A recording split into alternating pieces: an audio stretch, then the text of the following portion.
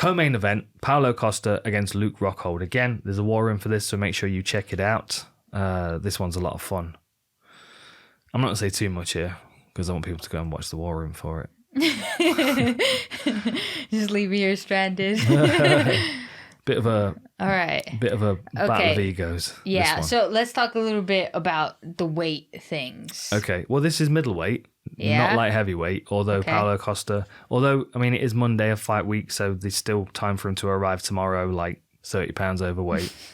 He looks pretty lean, though. He does look pretty lean. Yeah, he looks pretty lean. I think he's kind of taking it a little bit more serious. He does. And he's back on his special drink.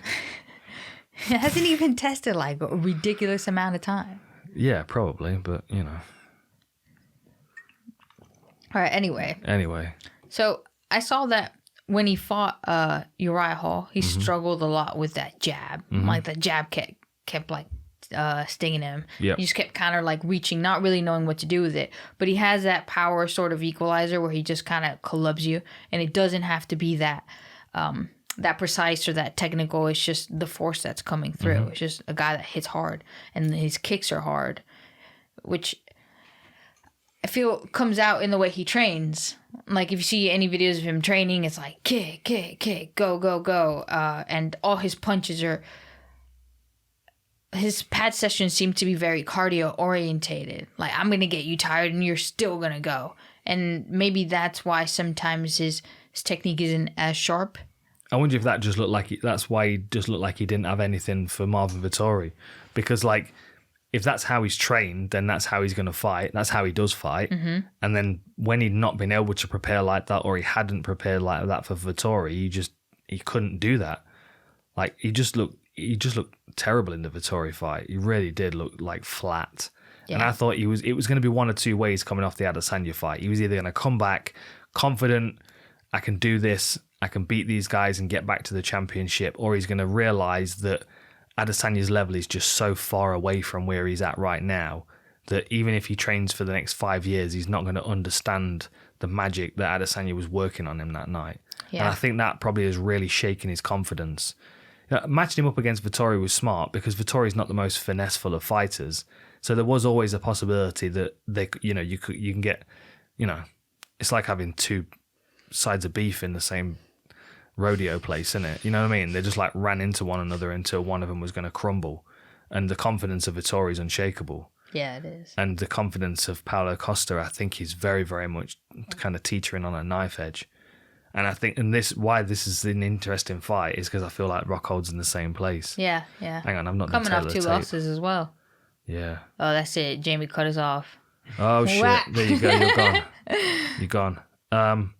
Okay. So quick tale of the tape. Let's have a look at this. So 13-2 for Paulo Costa. Obviously coming off those two most recent fights being losses. Luke Rockhold 16-5, of course, former world champion, but also those 5 losses are all TKO stoppages or devastating knockouts like the Yoel Romero one. 2-inch height advantage for Rockhold, 5-inch reach advantage for Rockhold. But interestingly, Sean Woodson down the card has a longer reach than both of these dudes. Of course he does. Because he's fucking avatar poke with his jab. I'm going to hit you from across the room. Anyway, Rockhold, of course, is southpaw with a very powerful left leg. Paulo Costa's orthodox, and he's much more of a high-volume striker, which is reflected in the striking stats. 6.85 for Costa, 59% accuracy. Takes a lot more shots, though, of course. 80% takedown offense, but then Rockhold is very good at catching things in scrambles. Yeah, it's really God, good. I've done a war room on this, so I don't need to say any more. What do you reckon? Okay, so I feel this fight has a lot to do with psychological approaches, right? In my opinion, I think Luke Rockhold is technically better, more complete, more of a just more complete fighter. Yep. But he has struggled with his mind and his mindset recently. The pressure, and he's talked about it, the pressure was getting to me. I needed to back away. I needed to, and that makes a lot of sense because, when you're champion or you're such a big name or a big face, it becomes very daunting for a lot of these fighters. And he was kind of in that place. Yeah, he was. What was he? Who was he modeling for at the same time? Ralph Lauren. There you go. Like, I mean, you can imagine the kind of pressure on him. Like, you know, I'm a good-looking dude, and I've just got stiffed by Yoel Romero, and I'm gonna go up a weight class. I'm gonna try and reinvigorate, and then he gets stiffed by Jan Blachowicz. That was beautiful. It was really nice counter hook. I don't know where either of these guys' heads are at. I think they're both so fragile in their self opinion that it's a bit of a shootout as to who shows up with the confidence to throw some punches. Did you see that Paulo Costa got rid of his manager, the Walid dude? Did he really? Yeah, I saw it all over. I saw it all over Instagram, and he put his girlfriend. But they didn't on Instagram put like him and his girlfriend. It was Paulo Costa, the boobs of his girlfriend, and then the ass of his girlfriend, like in two divided pictures, and that's just the one. So just not a full photo of her, just the two body parts. To make sure you got. Is that all she is? Is that all she is? I mean, they're pretty massive, pretty like. Just have one photo of Paulo Costa's torn bicep, and that's what represents him. Paulo Costa, one torn bicep. So like, you know. So that's interesting. Yeah. Well, at least he's not gonna have Walid Ismail like clinging on to him during his post-fight interviews, trying to get his fucking face on the camera. Yeah. Looking like a bulldog angry at the wasp in the window. Fucking hell, honestly, that guy. I used to love watching him fight. But he got incredibly offended once when I said something about Paulo Costa. And legitimately, of all the people I've pissed off in MMA, there's only one time I felt like someone was going to hit me with a chair from behind. Yeah, you told me. And he is that guy. I went to Fight Island prepared for him to try and jump me. I honestly did. I remember you telling me before you left. I'm like, as soon as this guy sees me, he's going to get his fucking ape face on. He's going to run at me. I know it, because he was like a pit bull terrier when he was in Pride. Yeah. Like, I remember his fights. He was always like.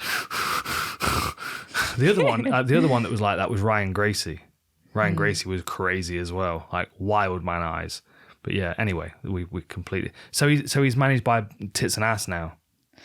Is that like a management duo, like a team, like a partnership? Hi, I'm Tits and this is Ass. Well, they're not gonna leave her on red if she messages somebody on Instagram. Imagine she just messages them. I wonder if the Tits and the Ass like compete with the better. You know, who's got the best cleavage. Anyway, let's get back on track here, because I've got an interview soon. Luke Rockhold. Yes. What I found in one of his interviews that he was doing that was very strange, right? Was it gang symbols? No. He was like straight looking at the camera, and he says, "I see him coming forward. I see him getting hurt. I see me taking advantage of that." Mm-hmm. And then he does this, and then that, and then just like looks like he doesn't really believe what he's saying, and he's like, "And I see me taking his soul." Like he didn't really. And you have to achieve to believe, or whatever he said at the Bisping press conference. I watched that again the other day. What was I breaking down? It was the Nunes thing, wasn't it? It was about overconfidence. Yeah. And I remember going back and going on a little trail, and I'm like, you know what? People get overconfident when they're champions. And then I remember watching that, and it was not even his first title defense. It was his first title defense, sorry. And he was so dismissive of Bisping. It was like, he's like, I beat him before, I beat him again. And it was like, the whole thing was, he's going to try new things. He's going to like use a new technique. It was like it was going to be an easy fight for him. Oh man, I bet that is a psychological hurdle that he has still not managed to get over. Yeah, he said it. Like, imagine losing the belt to Michael Bisping. Yeah. And he said that before the fight, before he did. Yeah. And then he's at the press conference afterwards like, lost the belt to Michael Bisping. Like, that's it. That's history now. Yeah. Yeah, awful. I feel kind of bad for him, but at the same time not, because you know what I found? Rockhold, isn't he? I mean, he's a wealthy, successful, talented, good-looking dude, and he's one of the most awkward motherfuckers I've ever met. And same as Paulo Costa. Like he's a lean, muscular, good-looking dude. He's so fucking awkward. Maybe it's because he's attacking they were everybody on hair. Twitter. He's got his lipstick on front row when he's at the UFC. Like, yeah. What a weird fight this is. Yeah. It's like a Sesame Street headliner. When Luke Rockhold was fighting Joe Romero, he was throwing like calf kicks And then they got checked and he started bleeding in his shin. And then he was like really struggling to throw those kicks. And I feel like that was such a main asset in his fight that he didn't really know what to do with it after that. And then when he fought Jan Wahovic, he showed up with that sleeve. Yeah. And I've seen him train with the sleeve. Of course, they're saying that, to this he's had staph infections and he's had surgeries and stuff. But it's kind of a little bit strange that it's right in the same place where he was kicking Joel. I mean, if he didn't let it heal properly, it would make sense that it got infected. I mean, staph gets in open wounds. Yeah. You know, I got staph once on the side of my foot, and it got into a cut on the side of my foot that had been caused by my flip-flops.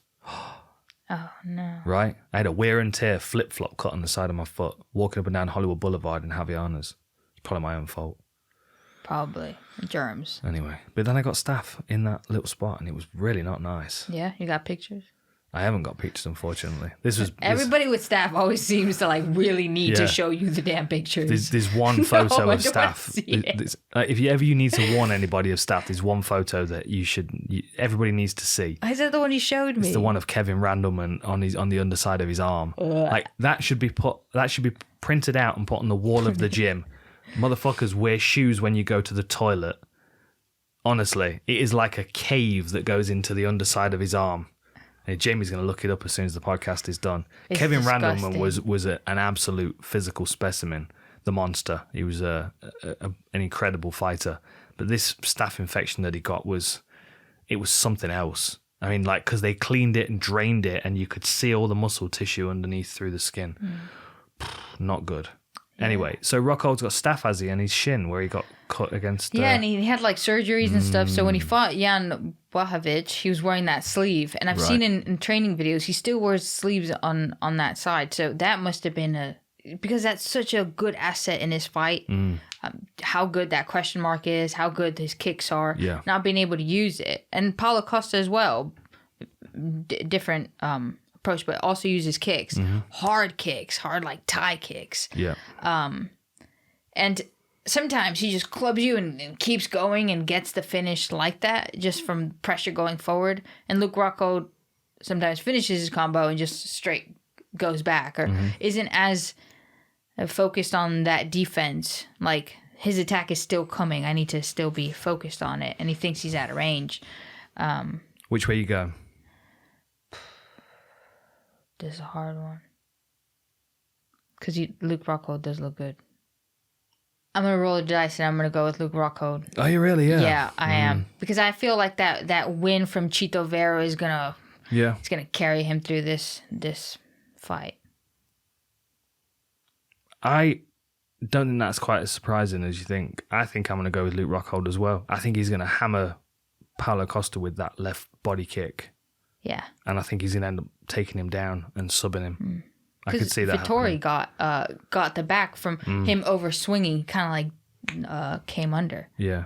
I could see him like Kimoring him or something like that. You know what I mean? Yeah. Because Rockhold's got really good jiu-jitsu. And I think that because he's coming off 2 losses, he's going to be respectful of Paulo Costa and the pressure that he brings. But I also think he feels like he's going to be technically too much for Costa, a little bit too big for him. And Costa's coming off his first 2 losses, and Rockhold's come off losses and come back and won. And we've not seen Costa do that yet. Yeah. I think I'm going to take Rockhold.